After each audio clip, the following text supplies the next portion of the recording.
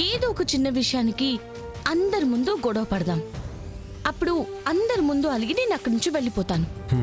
అప్పటి నుంచి ఇక నాకు నొప్పి తగ్గే వరకు నువ్వు నాకు పనుల్లో హెల్ప్ చేస్తూ గొడవపడి నా మీద అరిచినందుకు బతిమాలుతున్నానని చెప్పు.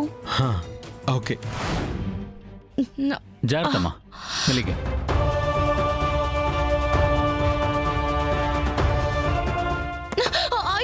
అయ్యో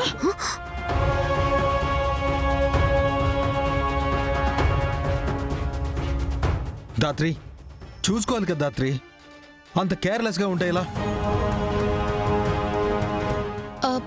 కేర్లెస్ గా ఏం లేని కేదార్, చేయి జారిపోయింది. దాన్నే కేర్లెస్గా ఉండడం అని అంటారు. ఇవన్నీ శ్రీవల్లి ఎంగేజ్మెంట్ కోసం తెచ్చినవి, నీకు తెలుసు కదా. కొంచెం జాగ్రత్తగా ఉండొచ్చు కదా. అందరూ చూస్తున్నారు, అరవకుండా కూడా మాట్లాడొచ్చు. ఏంటి, నేను అరుస్తున్నానా? చెప్పు దాత్రి, నేను అరుస్తున్నానా? తప్పు నువ్వు చేసి నన్ను తప్పు పడుతున్నావేంటి?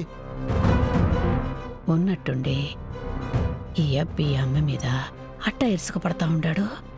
అసలేమై ఉంటుందమ్మి?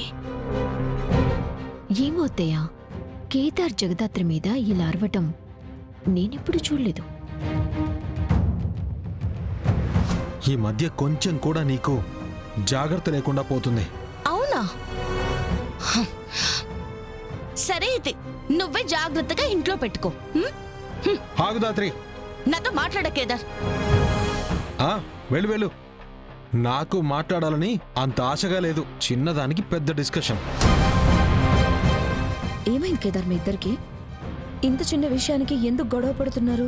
ఏం చిన్న విషయం అక్క? డెకరేషన్ సామాన్ పగిలిపోతే మళ్ళీ తెచ్చుకోవాలి. కొంచెం జాగ్రత్తగా ఉండాలి కదా. కేదార్, జగదాత్రి కావాలని కింద పడేది కదా, దానికెందుకు అంతలా అరుస్తున్నావు? ఫస్ట్ నేనేమీ అరవలేదు కదా యువరాజ్, జస్ట్ చెప్పా, తనే అరిచింది. కేదార్, చెప్పే పద్ధతి ఉంటుంది కదా. పాపం అమ్మాయిని అందరి ముందు నిలబెట్టి మాట్లాడితే తన మనసు ఎంత నొచ్చుకొని ఉంటుంది. వెళ్ళి క్షమాపణ చెప్పు. నేనెందుకు చెప్పాలన్నా? తను కూడా అరిచింది కదా. కేదార్, ఎవరు అరిచారన్నది పక్కన పెట్టు. తప్పు నీది. మాటతో అయిపోయేదాన్ని గొడవ వరకు తీసుకొచ్చావు. వెళ్ళి జగదాత్రికి సారీ చెప్పు. ఎస్, ప్లాన్ సక్సెస్ అయింది. వెళ్ళు. సరే అక్క. అత్తయ్య, కన్ఫామ్ గా పెళ్లితో ప్లాన్ చేస్తున్నారు. అవునమ్మి, లేకపోతే ఇంత చిన్న విషయానికి ఇంత పెద్ద గొడవ పడతారా? యువరాజ్, తీద్దాం పట్టు. సరేనమ్మా. జాగ్రత్త బాబు, అవి తీసుకురా. జగదాత్రి కేదార్ కావాలనే గొడవ పడ్డారా లేదా నిజంగానే గొడవ పడ్డారా? అసలు వాళ్ళ మధ్య ఏం జరుగుతుంది?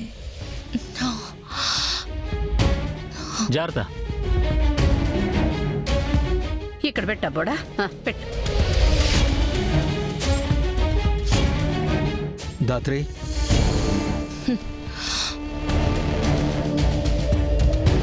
చూడండి నాన్న, వినబడుతున్నా పలకడం లేదు. జాగ్రత్త లేని మనుషులతో నువ్వు మాట్లాడావు కదా కేదార్, అందుకే పలకడం లేదు. కేదార్, వెళ్ళి మాట్లాడు. వెళ్ళమంటుంటే వెళ్ళు.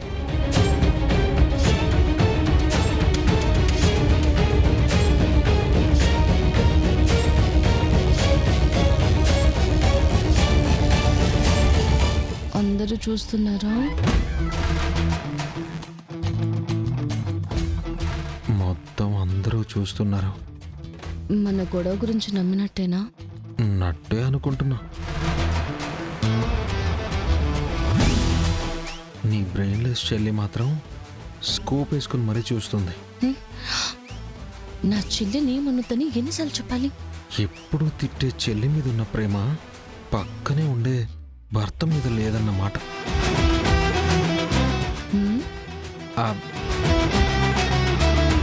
మనం ఏం ప్లాన్ చేసాం, నువ్వేం మాట్లాడుతున్నావు? ముందు మ్యాటర్లోకి రా. సారీ దాత్రి, ఏదో కంగారులో అరిచేశా. నీ సారీ నాకేం వద్దు కేదార్. అయినా ఈ మధ్య నీకు కోపం చాలా ఎక్కువ అవుతుంది. ఇప్పుడు కూడా నీకు హెల్ప్ చేయడానికి వస్తే నా మీద అర్చా. సారీ చెప్పాను కదా దాత్రి, ఇంకా నన్ను ఏం చేయమంటావు? సారీలు కాకుండా నువ్వు పనిష్మెంట్ తీసుకుంటేనే నా కోపం చల్లారుతుంది. సరే, నువ్వు ఏం పనిష్మెంట్ ఇచ్చినా నేను తీసుకుంటాను. సరే, నాకు కోపం తగ్గే వరకు నా పనులన్నీ నువ్వే చేయాలి. నీకు జస్ట్ హెల్ప్ చేస్తాను అంతే. సరే మేడం, తప్పు చేశాక తప్పుతుందా? ఓకే. మొత్తానికి గట్టిదానివేనమ్మా జగదాత్రి. సారీతో పోనివ్వకుండా ఇంకోసారి తప్పు చేయకుండా పనిష్మెంట్ కూడా ఇచ్చావు. ఇంకోసారి భార్య మీద ఎరవాలంటే భయం ఉంటుంది. ఆ, నీకు కూడా ఉండుంటే బాగుండేది. అయ్యయ్యో, ఎందుకు లేదే? నువ్వు ఎప్పుడు ఏ తప్పు చేసి ప్రాబ్లమ్స్ ఇంటి మీదకి తెస్తావో అని ప్రతి క్షణం నేను భయపడుతూనే ఉంటాను. ఆ, నన్ను అనే దానికైతే ముందుంటావు కదా. అమ్మి, మీ కొట్లు అట్లయిపోతే పోయి నిశ్చితార్థం పనులు చూడండి. పొద్దున్నే అందరూ వచ్చేస్తారు కదా. నిషి పద.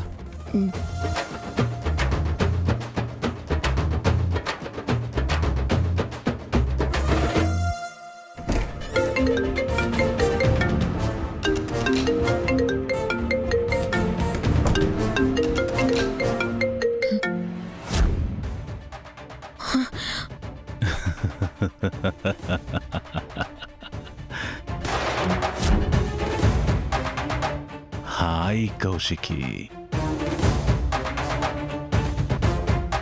Menon, yeah, it's me Menon. ఎలా ఉన్నావు కౌశికి?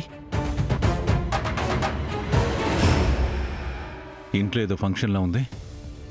ఓ, మర్చిపోయాను, రేపు శ్రీవల్ ఎంగేజ్మెంట్ కదా. అయితే చాలా సంతోషంగా ఉండుంటావు. నన్ను అన్యాయంగా చంపేసి నువ్వు హ్యాపీగా ఉన్నావా కౌశికి? ఎలా ఉండనిస్తాననుకున్నావు?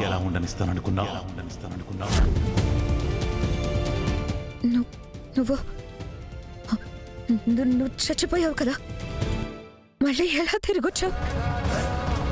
లేదు లేదు, నువ్వు ఇక్కడ లేవు. నేనే నిన్ను ఊహించుకున్నాను. కళ్ళ ముందు మనిషిని పెట్టుకుని కళ అంటున్నావేంటి కౌశికి?